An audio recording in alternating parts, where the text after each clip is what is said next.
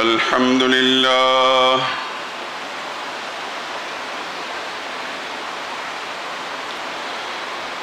الحمد لله وكفى والسلام على عباده الذين اصطفى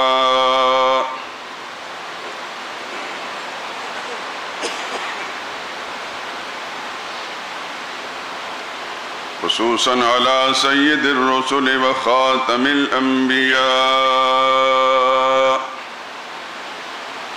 وعلى آله المجتبى وأصحابه الأتقياء. أما بعد فإن خير الحديث كتاب الله وخير الهدي هدي محمد صلى الله عليه وسلم وشر الأمور محدثاتها وكل محدثة بدعة وكل بدعة ضلالة وكل ضلالة في النار. أعوذ بالله من الشيطان الرجيم. بسم الله الرحمن الرحيم.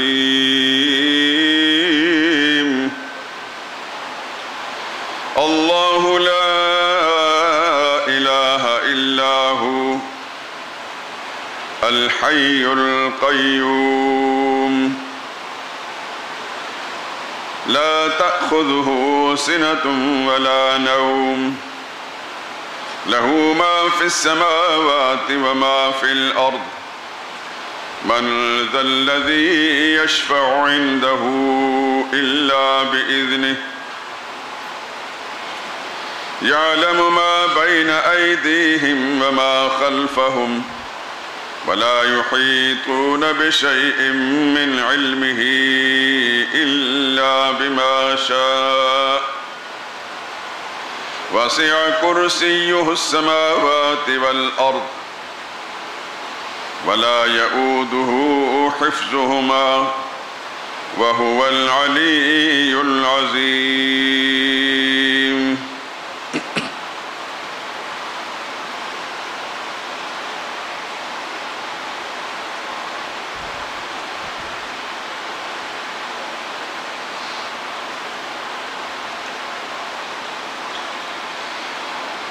اللہ ہی وہ معبود برحق ہے، اس کے سوا کوئی عبادت اور پکار کے لائق نہیں۔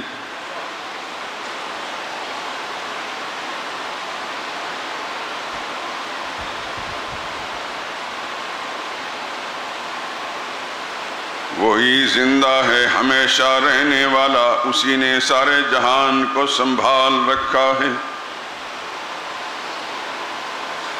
نہ تو اسے اونگ آتی ہے اور نہ نیند۔ جو کچھ آسمانوں میں اور جو کچھ زمین میں ہے سب اسی کا ہے۔ کون ہے کہ اس کی اجازت کے بغیر اس سے کسی کی سفارش کر سکے؟ جو کچھ لوگوں کے روبرو ہو رہا ہے اور جو کچھ ان کے پیچھے ہو چکا ہے اسے سب معلوم ہے، اور وہ اس کی معلومات میں سے کسی چیز کا احاطہ نہیں کر سکتے۔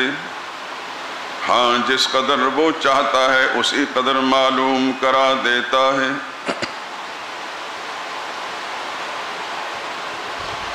اس کی بادشاہت اور اس کا علم آسمان و زمین سب پر حاوی ہے، اور اسے ان کی حفاظت کچھ بھی دشوار نہیں۔ وہ بڑا عالی شان اور عظیم الشان ہے۔ سبحان ربک رب العزت عما یصفون وسلام علی المرسلین والحمد للہ رب العالمین۔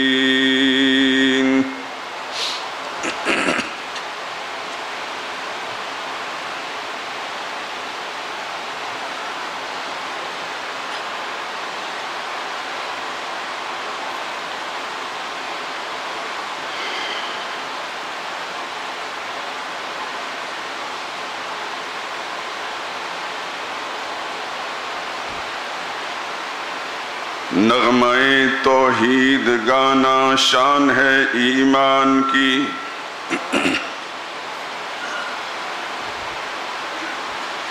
نغمۂ توحید گانا شان ہے ایمان کی، گرمی محفل بڑھانا شان ہے ایمان کی۔ کفر کی تاریکیوں میں ظلمت الحاد میں شمع ایمانی جلانا شان ہے ایمان کی۔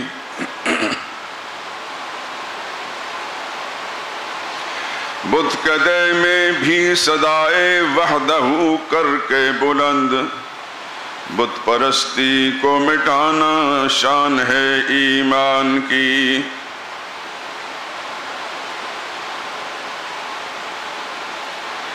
دعوت توحید سے لا کر جہاں میں انقلاب، ایک نئی دنیا بسانا شان ہے ایمان کی۔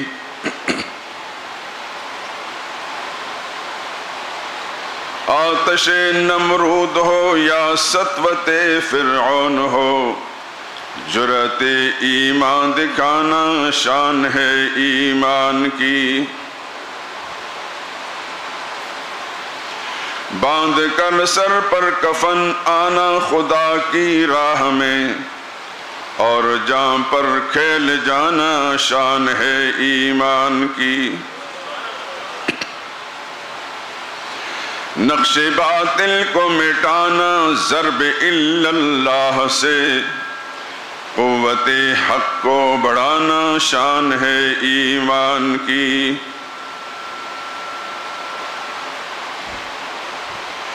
راستہ ہر چند ہو پر پیچ و خم، لیکن قدم جانب منزل بڑھانا شان ہے ایمان کی۔ ما سوی اللہ کی محبت کے بتوں کو توڑ کر، ایک خدا سے لو لگانا شان ہے ایمان کی۔ جسم و جاں فرزند و زن اور سیم و زر قوم و وطن، دوست کی خاطر لٹانا شان ہے ایمان کی۔ وقت کے طاغوت کی کر کے بغاوت برملا، سر در حق پر جھکانا شان ہے ایمان کی۔ پھینک کر گردن سے باطل کی غلامی کا جوا، حریت کے گیت گانا شان ہے ایمان کی۔ سینچ کر اپنے لہو سے گلشن اسلام کو، رشک سج جنت بنانا شان ہے ایمان کی۔ دوست کا دنیا میں روشن نام کرنے کے لیے، دوست کا دنیا میں روشن نام کرنے کے لیے، اپنی ہستی کو مٹانا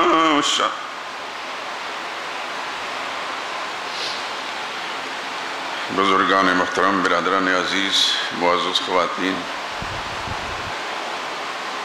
اللہ کی کتاب مقدس قرآن کریم کی ایک آیت کریمہ جو آپ سب کو یاد ہوگی،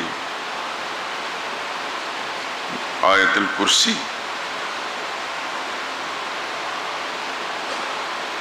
آج کے بیان کے آغاز میں آیت الکرسی کا انتخاب کیا گیا۔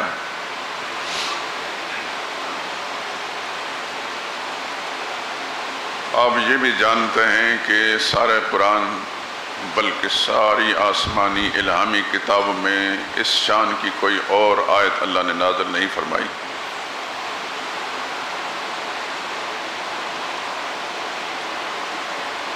سب سے اونچی شان والی آیت یہ ہے، سرور عالم صلی اللہ علیہ وسلم کا ارشاد ہے کہ اگر کوئی شخص فرض نماز کے بعد آیت الکرسی پڑھ لے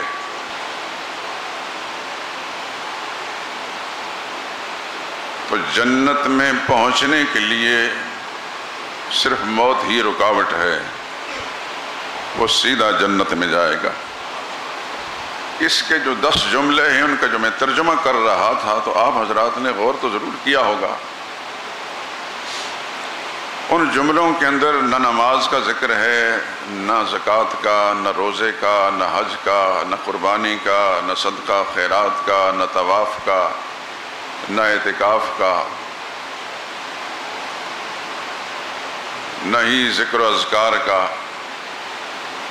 ایک ایک جملے میں اللہ کی کبریائی اور اس کی عظمت کا مضمون ہے۔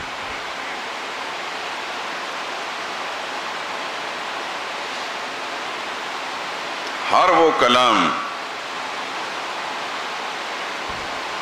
ہر وہ عمل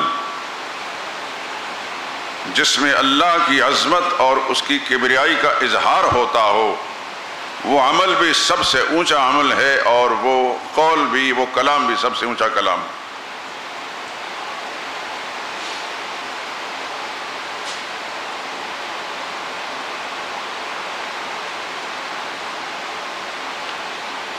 یہی وجہ ہے کہ اللہ تعالیٰ نے سارے قرآن کی آیات میں سے اس آیت کو سب سے اونچا رتبہ عطا فرمایا، بلکہ تمام آسمانی کتابیں، تورات، انجیل، زبور اور دیگر جتنے بھی صحائف اللہ نے نازل فرمائے، سب میں سب سے اونچے درجے کی آیت یہ ہے۔ سنا ہوگا آپ نے علماء سے یا پڑھا بھی ہوگا کہ جس گھر کے اندر آیت الکرسی پڑھ لی جاتی ہے اس گھر میں شیطان داخل نہیں ہو سکتا۔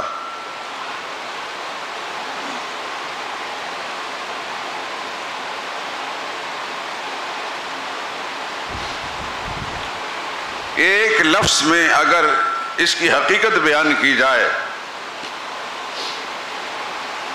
اور آپ سے میں یہ پوچھوں کہ اس آیہ کریمہ کو سب سے اونچی شان جو دی گئی ایک لفظ میں بیان کریں کہ وہ کیا ہے، اس کے اندر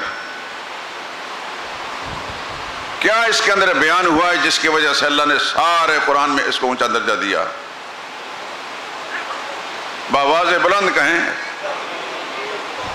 اللہ کی توحید کا مضمون ہے۔ آج اب آپ نے زبان سے کہیں گے نا تو آپ کے دل میں یہ بیٹھ بھی جائے گی۔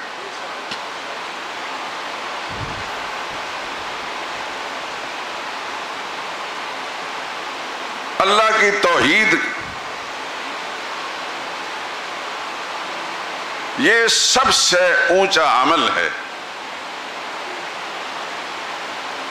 یہ میرا دعویٰ نہیں، امام الانبیاء صلی اللہ علیہ وسلم کا ارشاد ہے، الایمان بضع و سبعون شعبۃ، ایمان کی 70 سے زیادہ شاخیں ہیں، افضلها قول لا الہ الا اللہ، سب سے اونچی شاخ، سب سے اونچا مرتبہ اور درجہ لا الہ الا اللہ ہے، وادناها، اور سب سے نچلے درجے کی نیکی یا ایمان کی کوئی خصلت اماطۃ الاذی عن الطریق، راستے میں کوئی چھلکا پڑا ہو کیلے کا، کوئی روڑا پڑا ہو یا کانٹا پڑا ہو، اس کو آپ دائیں بائیں کر دیں تاکہ کسی کو نقصان نہ پہنچے، یہ بھی ایک نیکی ہے اور ایمان کی ایک شاخ ہے، گو سب سے نچلے درجے کے اندر ہے، لیکن دونوں کا تقابل کر کے فرمایا 70 سے زیادہ شاخیں ہیں، سب سے نچلے درجے میں ہیں روڑے کو ہٹا دینا، سب سے اونچے درجے کا عمل جو ہے اللہ کی توحید ہے۔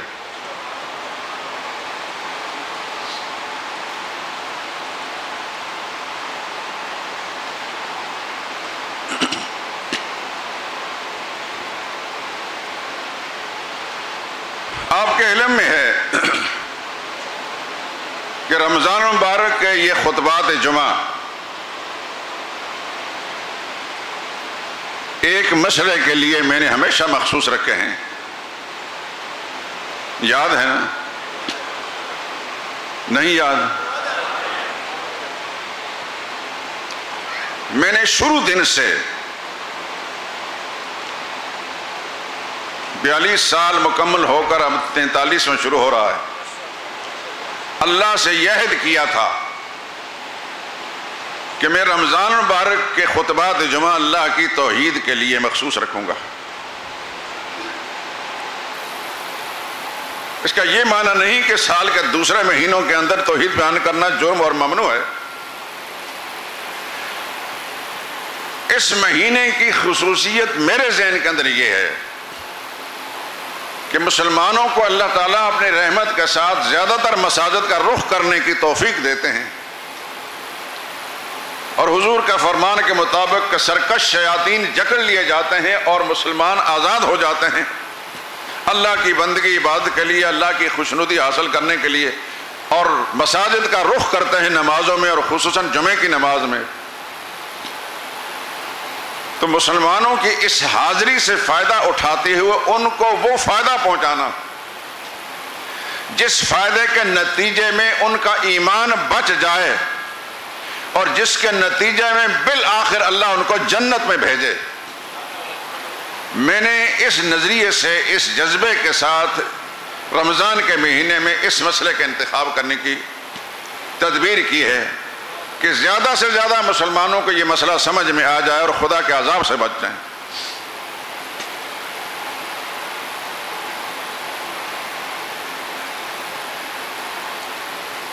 حضرت معاذ مشہور صحابی ہیں، وہ روایت کرتے ہیں جناب رسول اللہ صلی اللہ علیہ وسلم نے ارشاد فرمایا، حق اللہ علی العباد، اللہ کا حق بندوں پر یہ ہے ان یعبدوہ ولا یشرکوا بہ شیئا، کہ صرف اللہ ہی کی بندگی کریں اور اس میں کسی کو شریک نہ بنائیں۔ وحق العباد علی اللہ، اور پھر اللہ پر اللہ کے بندوں کا حق یہ ہے اللہ یعذب من لا یشرک بہ شیئا، کہ جو اللہ کا شریک کسی کو نہیں بناتا اللہ اس کو پھر عذاب نہ دے۔ اس ارشاد میں دو حق بیان ہوئے، ایک اللہ کا حق اور دوسرا بندوں کا حق۔ اللہ کا حق یہ ہے کہ صرف اسی کی بندگی کی جائے، اس کی بندگی میں کسی کو شریک نہ بنایا جائے، اور پھر بندوں کا حق یہ ہے کہ جو اللہ کی عبادت میں کسی کو شریک نہیں بناتا پھر اللہ اس کو جہنم سے نکال کر جنت میں بھیج دے۔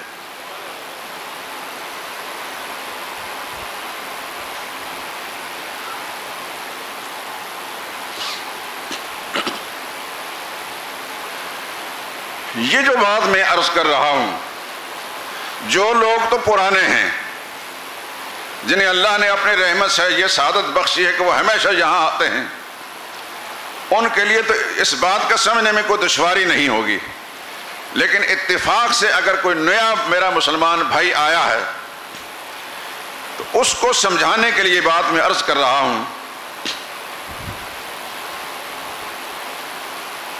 آپ سمجھتے ہیں ایک درخت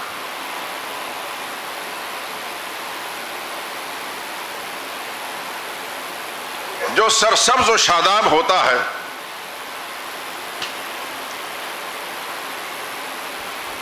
اس کے پتوں میں تازگی، اس کی شاخوں میں تازگی، اس کے پھل یا پھول میں تازگی،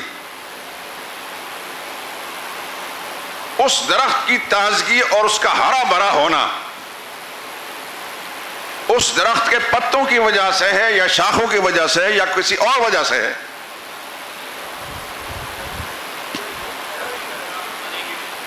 یہ تو ایک موٹی سی بات ہے، ہر سمجھدار آدمی سمجھتا ہے کہ درخت میں اگر شادابی ہے اس کے جڑ کی سلامتی کی وجہ سے ہے۔ جڑ سلامت ہے تو درخت ہرا بھرا ہے، اس میں پھول بھی ہیں، اس میں پھل بھی ہیں، اس کے پتے بھی ہیں، اس کی شاخیں بھی تر و تازہ ہیں۔ تو درخت کی سلامتی شاخوں کی وجہ سے یا پتوں کی وجہ سے نہیں ہے، اس کی تازگی اس کے پھولوں کی اور اس کے پھلوں کی وجہ سے نہیں ہے، اس کی تازگی اور اس کی شادابی اس کی جڑوں کی سلامتی کی وجہ سے ہے۔ جڑیں سلامت ہیں تو درخت سبز و شاداب، اگر جڑیں خدا نخواستہ کٹ جائیں یا خشک ہو جائیں تو درخت کی تازگی برقرار نہیں رہ سکتی، نہ اس کی شاخیں تازہ رہ سکتی ہیں، نہ اس کے پتے ہرے بھرے ہو سکتے ہیں، نہ اس میں پھل لگ سکتا ہے نہ پھول۔ یہ ایک محسوس مثال ہے جو روزمرہ کی زندگی میں ہر انسان اس کا مشاہدہ کرتا ہے.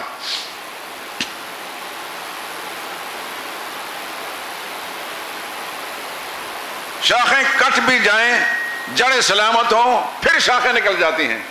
بات سمجھ میں آ رہی کہ نہیں آ رہی؟ کئی دفعہ شاخوں کو تراشا جاتا ہے، تراشتے ہیں کہ نہیں؟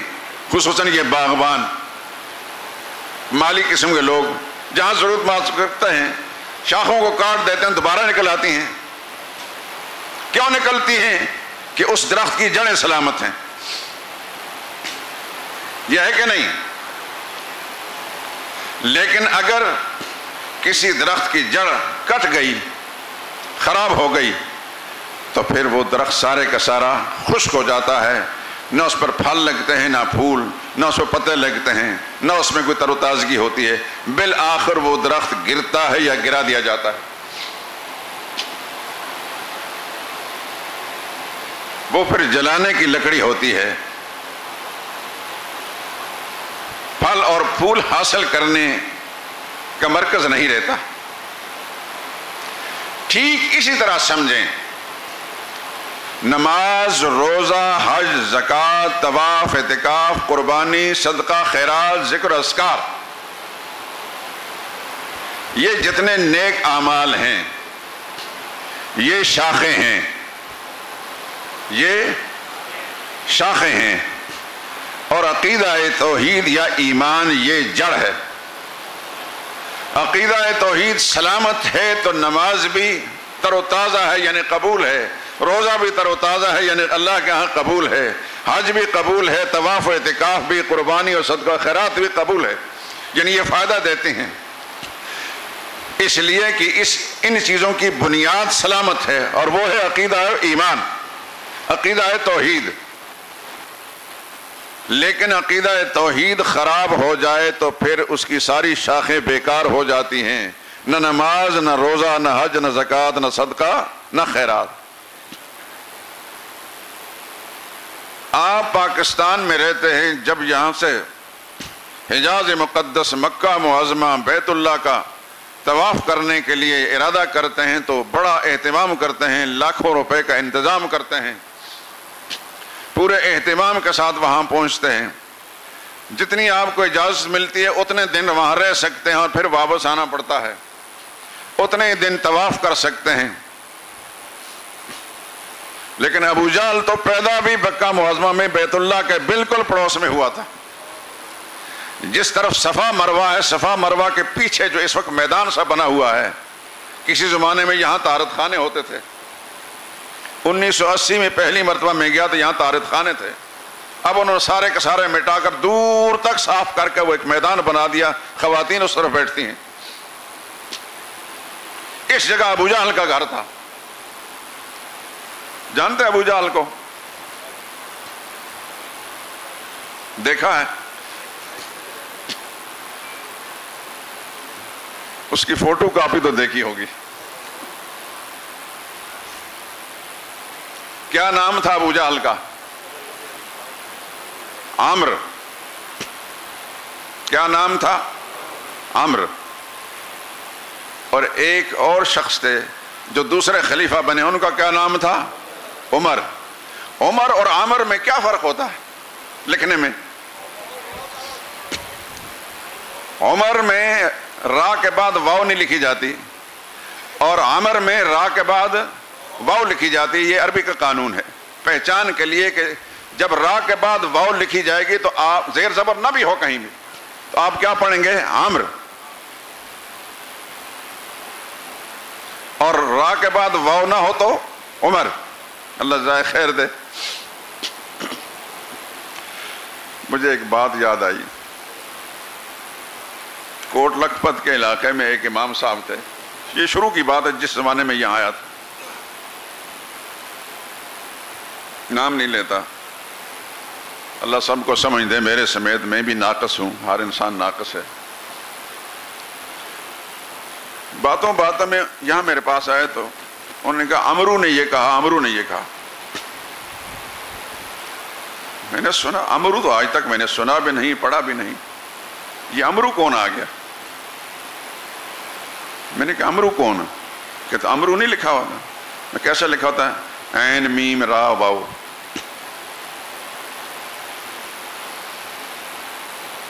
میں نے کہا اللہ کے بندے میرے سامنے تو یہ بات کہہ دی آپ نے، لیکن کہیں اور نہ کہنا. کوئی پڑھا لکھا آدمی ہوگا تو آپ کا مذاق بھی اڑائے گا اور آپ کی جہالت کا پرچار کرے گا، اور آپ کے جو مقتدی ہیں ان کا اعتماد بھی آپ پر سے ختم ہو جائے گا. یہ عمرو نہیں، عامر ہے. تو ابو جہل کا نام کیا تھا؟ عامر. عامر ابن حشام، عامر ابن حشام. اور خلیفہ ثانی تھے عمر بن خطاب. وہ بھی مکہ کے چودھری تھے، یہ بھی مکہ کے چودھری تھے. ایک چودھری کو اللہ نے ایمان کی دولت سے مالا مال کیا، وہ خلیفہ ثانی بن گیا، اور اللہ اس کی رائے کے مطابق آسمان سے وحی نازل کرنے لگے. اور اس مکہ کے چودھری کے بارے میں نبی نے فرمایا لو کان بعدی نبی لکان عمر، میرے بعد نبوت چلتی ہوتی تو عمر ضرور نبی ہوتے. تھے یہ بھی مکہ کے رہنے والے، وہ بھی مکہ کے رہنے والے. انہوں نے اللہ کی توحید کو دل و جان سے قبول کیا تو کیا سے کیا بن گئے. اور اس نے توحید کی بغاوت کی. مکہ ہی میں پیدا ہوا، بیت اللہ کے پاس پیدا ہوا، روزانہ بیت اللہ میں محفل لگاتا تھا، خانہ کعبہ کی دیوار کے ساتھ ٹے لگا کر بیٹھتا تھا اپنے ساتھیوں سمیت، اور خانہ کعبہ کا طواف بھی کرتا تھا. پرانے ساتھی تو سمجھتے ہیں، جو صاحب مطالعہ وہ بھی سمجھتے ہیں، جو نئے ساتھی ہیں وہ سمجھ لیں. ابو جہل باقاعدہ بیت اللہ میں آ کر طواف بھی کرتا تھا. وہ رہتا ہی وہاں تھا، اس کے لیے رکاوٹ بھی کوئی نہیں تھی، وہ تو مکہ کا چودھری تھا. میں اور آپ جاتے ہیں تو ہم حکومت کے قانون قوانین کی جکڑ بندیوں میں ہفتہ دو ہفتے سے زیادہ رہ نہیں سکتے، پھر واپس آنا پڑتا ہے. اس کے لیے رکاوٹ کوئی نہیں تھی، وہ ہر روز طواف کرتا تھا. بتائیے کہ اب ابو جہل کو مکہ کا طواف کام آیا؟ یہ بھی آپ کے علم میں ہے کہ خانہ کعبہ میں جو انسان پہنچ جاتا ہے 5 وقتہ فرائض کو چھوڑ کر سب سے بڑی نیکی بیت اللہ کا طواف ہے. سب سے بڑی نیکی. کوئی اور عمل مکہ معظمہ میں پہنچنے والے مسلمان کے لیے 5 وقتہ فرائض کے علاوہ کوئی بڑی نیکی بیت اللہ کے طواف سے بڑھ کر نہیں. اور وہ ہر روز طواف کرتا تھا، طواف کرتا تھا. طواف قبول، بولیں اونچی آواز سے تاکہ آپ کی نیند بھی جائے. طواف قبول نہیں ہوا. ابو جہل رہا، وہ مشرک تھا، مشرک ہی رہا، اور شرک کی حالت کے اندر بدر کے میدان میں مارا گیا، اس کی گردن کاٹی گئی. کیوں اس کا طواف قبول نہیں ہوا؟ اب اپنے دماغ پر زور ڈال کر جواب دیں. اس لیے کہ وہ اللہ کی توحید کا باغی تھا. اس لیے کہ وہ اللہ کی توحید کا باغی تھا. اور اللہ کی توحید کا باغی ہو، بیت اللہ کا رہنے والا ہو، مکہ کا رہنے والا ہو، روزانہ طواف کرنے والا بھی ہو، تب بھی اس کی کوئی نیکی قبول نہیں ہوتی. معلوم ہوا کہ ساری نیکیوں کی قبولیت اللہ نے موقوف رکھی ہے عقیدہ توحید پر. ساری نیکیوں کی قبولیت کا دار و مدار اللہ کی توحید کے عقیدے پر ہے. جس کا عقیدہ صحیح ہے، ایک ایک ذرہ برابر بھی نیکی اس کی قبول ہوتی چلی جائے گی، نامہ اعمال میں جمع ہوتی جائے گی. لیکن پہاڑوں جیسی نیکیاں بھی اگر اس کے پاس ہیں، عقیدہ توحید خراب ہے، رب کعبہ کی قسم جس کی سچی کتاب قرآن میرے ہاتھ کے اندر ہے، اس کو ایک رائی کے دانے برابر فاتب نہیں ملے گا.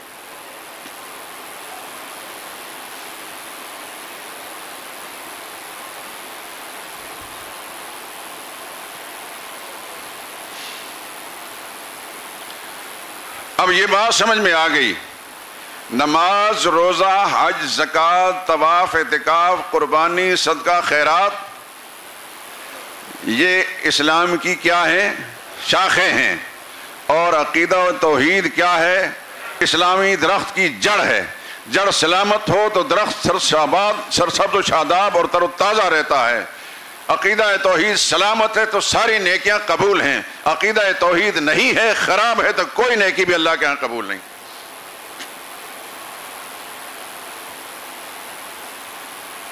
ایک مسئلہ تو بتائیں، اگر کوئی مسلمان مسجد کی تعمیر کرتا ہے یا تعمیر میں حصہ لیتا ہے تو آپ مسلمانوں کا کیا عقیدہ ہے کہ ایسے شخص کے بارے میں اللہ کے نبی نے کیا فرمایا؟ من بنا للہ مسجدا، یہ حدیث کے الفاظ ہیں، من بنا للہ مسجدا، جو شخص اللہ کی رضا کے لیے کوئی مسجد بناتا ہے یا اس میں حصہ لیتا ہے، بن اللہ لہ بیتا فی الجنہ، اللہ اس کے لیے جنت میں ایک گھر بنا دیتے ہیں۔ دنیا کے کسی بھی کونے میں کوئی مسجد بنائی جائے، لیکن بنائی جائے اللہ کی رضا کے لیے، تو اللہ کا جواب اس کے لیے یہی ہے کہ اس کے لیے جنت میں ایک گھر بنا دیا جاتا ہے۔ یہاں ایک نقطے کی بات بتاتا ہوں، علماء سمجھتے ہیں، اللہ آپ کو بھی سمجھنے کی توفیق دے۔ یہ دو الفاظ ہیں، میں پھر پڑھتا ہوں تو الفاظ پہ غور کیجئے۔ من بنا للہ مسجدن، مسجدن، بن اللہ لہو بیتن، مسجدن میں بھی تنوین ہے، نون کی آواز ہے، آواز نون کی ہے نا جی، اور بیتن میں بھی تنوین ہے یعنی نون کی آواز ہے۔ مسجدن کا معنی مسجد اور بیتن کا معنی گھر۔ نبی کریم صلی اللہ علیہ وسلم فرمایا من بنا للہ مسجدن، جو اللہ کے لیے مسجد بناتا ہے۔ مسجدن کی جو تنوین ہے یہ بتا رہی ہے کہ بہت بڑی بادشاہی مسجد کی طرح نہیں، فیصل مسجد کی طرح نہیں، بحریہ ٹاؤن کی مسجد کی طرح نہیں۔ مسجدن کی تنویر جو ہے وہ تحقیر کے لیے ہے، یعنی چھوٹی سی مسجد، چھوٹی سی مسجد، چھوٹی سی مسجد اور چھوٹی سی مسجد۔ یا رسول اللہ وہ کتنی چھوٹی ہو؟ فرمایا وَلَوْ كَمَفْحَصِ قِطَاعٍ، چڑیا کے گھونسلے کے برابر بھی چھوٹی سی مسجد کسی نے بنا۔ گھونسلہ تو مسجد بن نہیں سکتی، کھڑا نہیں ہو سکتا، یعنی جتنا چڑیا کا گھونسلہ بنتا ہے اتنا کسی انسان نے میٹیریل شامل کر دیا اللہ کی رضا کے لیے مسجد بنانے میں۔ تو حضور نے فرمایا بن اللہ لہ بیتن، یہ بیتن کی تنوین جو ہے یہ تعظیم کے لیے ہے، اللہ اس کے لیے جنت میں عظیم الشان گھر بنائیں گے۔ بات سمجھ میں آئی کہ نہیں؟ صلی اللہ علیہ وسلم کہیں، صلی اللہ علیہ وسلم۔ اللہ کے کروڑوں صلاۃ و سلام ہو محمد مصطفیٰ صلی اللہ علیہ وسلم پر۔ آپ کے ارشادات کے اندر کیا کیا عجیب علوم و عرف کا سمندر چھپے ہوئے ہیں۔ مسجدن کی تنوین وہ تقلیل کے لیے، تحقیر کے لیے، بیتن کی تنوین وہ تعظیم کے لیے۔ چھوٹی سی چھوٹی مسجد چڑیا کے گھونسلے کے برابر بھی کسی نے اللہ کی رضا کے لیے بنا لی، یعنی اتنا میٹیریل شامل کر لیا، اللہ اس کے بدلے میں جنت میں عظیم الشان، اللہ اپنی شان کے مطابق اس کو محل بنا کر دیں گے۔ مسئلہ سمجھ میں آ گیا؟